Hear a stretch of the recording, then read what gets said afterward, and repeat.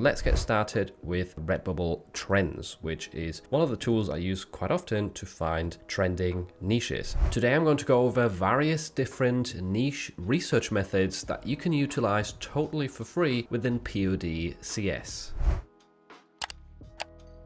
So here we are on the PODcs pricing page, just so you get an idea of what's actually available for free, because I think most people think you have to pay to use this tool, but most of the features are actually available in the free plan over here. So if you scroll down, the Redbubble tool, Redbubble Trends, Tag Generator, and Redbubble Rank, all of these are part of the free subscription. You don't have to give them a credit card. There's no time limit on the free plan. That is definitely some of the features I'll go over in this video. Then the Merch by Amazon tool, this is where some of the limitations come in with the research and the seller trends, which are the most important tools when it comes to Merch by Amazon, in my opinion, for niche research. There's a few things you can use for free, like the archive, sales estimation, and search term rank. This is like a keyword tool. But besides that, the Merch by Amazon doesn't have too many free features. But we've now also got Etsy research capabilities, which are all available in the free plan too. So I'll mention a few of these and go over them in this video. And scrolling down further, we've got trademark search, social media holidays, which I use this quite a bit for those monthly niche videos where I recommend niches that you can look forward to a month or two down the line. And POD Spy is also a relatively new feature, which gives you some more inspiration for different product types rather than just what's on Merch by Amazon. So this is something I'll show you later on in this video as well. They've also got Shopify coming. I don't know if that would be available for free or if you have to pay for it, but yeah, that's it in terms of what's possible with PODcs right here, in terms of a free niche research tool. And by the way, for anyone who is looking to upgrade, you can also use my code PA50 for 50% discount, both on their monthly and their annual plans, just in case you didn't know.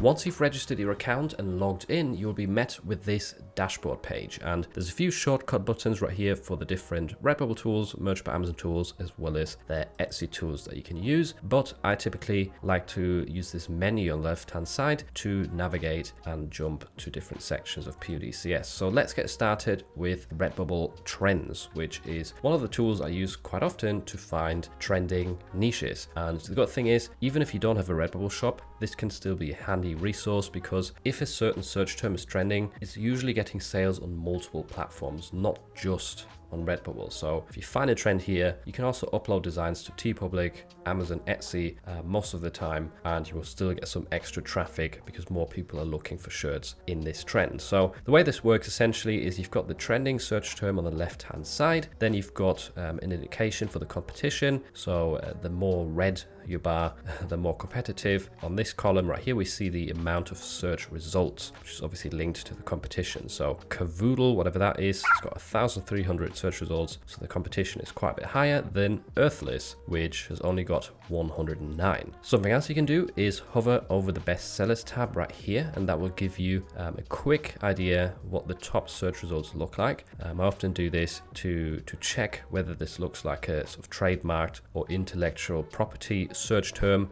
which, if all of the designs look like a logo, is typically the case. So Barbenheimer, to me, for example, looks like it might be linked to something that is trademarked. So you can scroll through this, look through the search terms right here, see if anything looks normal, like a hobby, like a job title, or something that isn't linked to something like a celebrity movie, and also pay attention to the search results. Obviously, the lower the better, because that means less competition. You've also got the option to sort of reorder this, and I quite like to do this by clicking on these little gray arrows right here, and that way, first of all, we're going to get the most competitive niches, which we don't want, and then if you click this again, you're going to get the smallest trending niches first. So starts off with 10 products right here for pneumonia, whatever that is, and then if we scroll down further, these will slightly increase with time. So this is a really handy way to find those small micro niches that are currently trending on Redbubble with very little search results, very little competition. Once you've found a search term that looks interesting to you, for example, a book a day keeps the reality away, it looks quite interesting, sort of a reading sub niche, you can do a few different things. So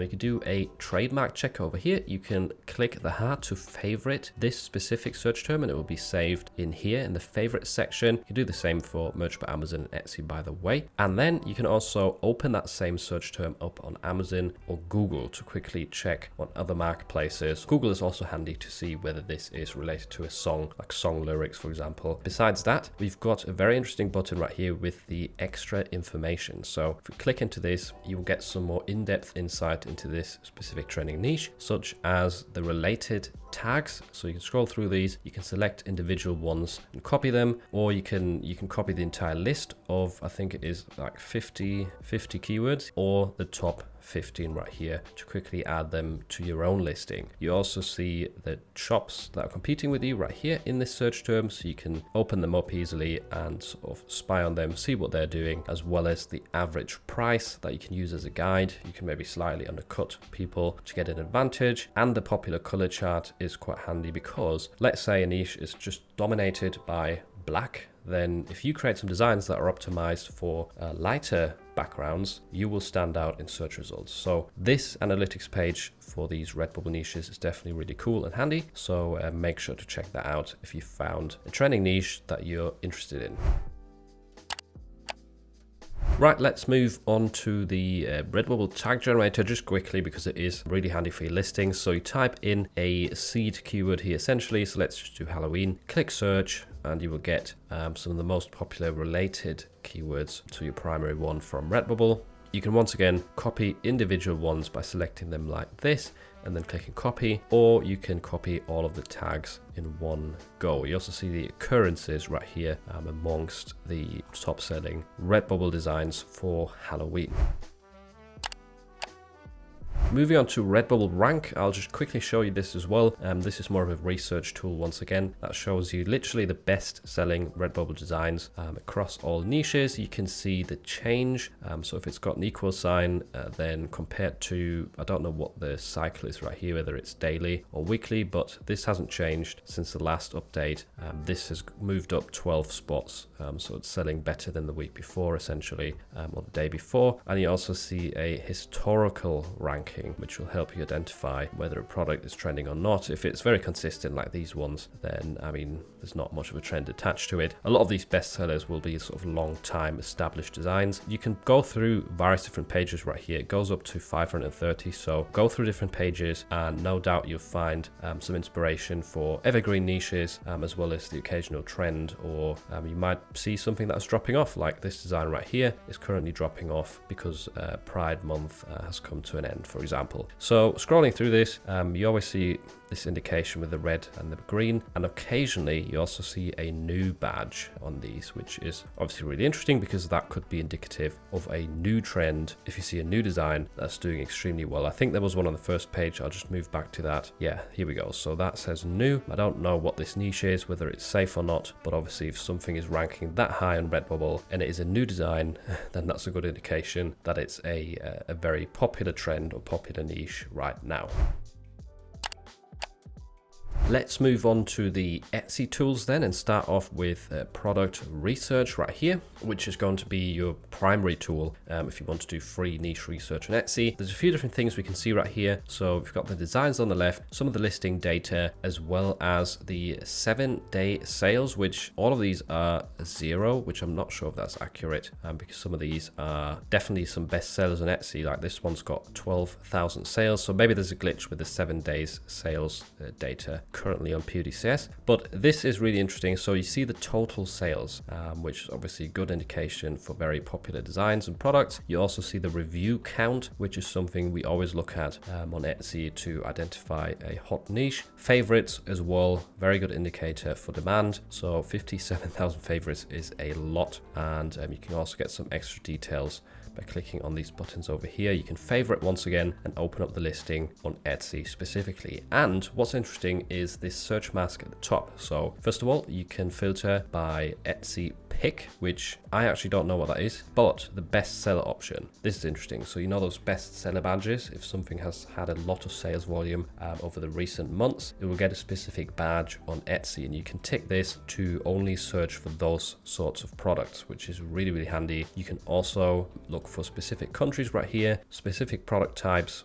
Categories only has shirts and tees, unfortunately, but when we open up advanced options, you've got a lot more customization. So total sales, you can select a specific range here. You can also adjust some interesting factors like the monthly favorites growth rate. So how many favorites is it gaining on a monthly basis? Over here, we've also got the total amount of favorites that you can filter out, as well as some different things like reviews, shipping time, processing time, price, like many different categories that you can filter while actually searching for specific search terms or just Etsy in general. So if we scroll through this and we see something that looks interesting and we want to get some more details, click on this blue button right here, and then it's going to bring up the entire listing data, description on the right hand side, various different data points like the sales, favorites, reviews right here. We can quickly open up the shop itself right here, signature t-shirts. You get the tags in the listing that you can easily copy right here with these buttons, and you get a graph for the sales, favorites, reviews, and price. Change this as well to different time frames, which is definitely handy. Similar designs down below, so a lot of these are going to be dad related. This is a Father's Day design, I believe. So that's it in terms of the Etsy product research tab. I hope that gives you a good idea how this works. I typically just use Amazon merch and Redbubble features and PODcs. Those are sort of my primary marketplaces that I do research on. I'm just more familiar with them. However, if you do only Etsy and you want to focus more specifically on Etsy, then using these tools definitely really handy. Profits calculator is something I made a video about a long time ago. It just helps you calculate your profit on Etsy on a per order basis. So it factors in all the different processing fees that Etsy has, as well as your production costs, which you'll have to enter. On that, keywords research, tag generator, some other options that you've got for Etsy research. Tag generator obviously helps you with your listing, but let's take a look at POD Spy as well.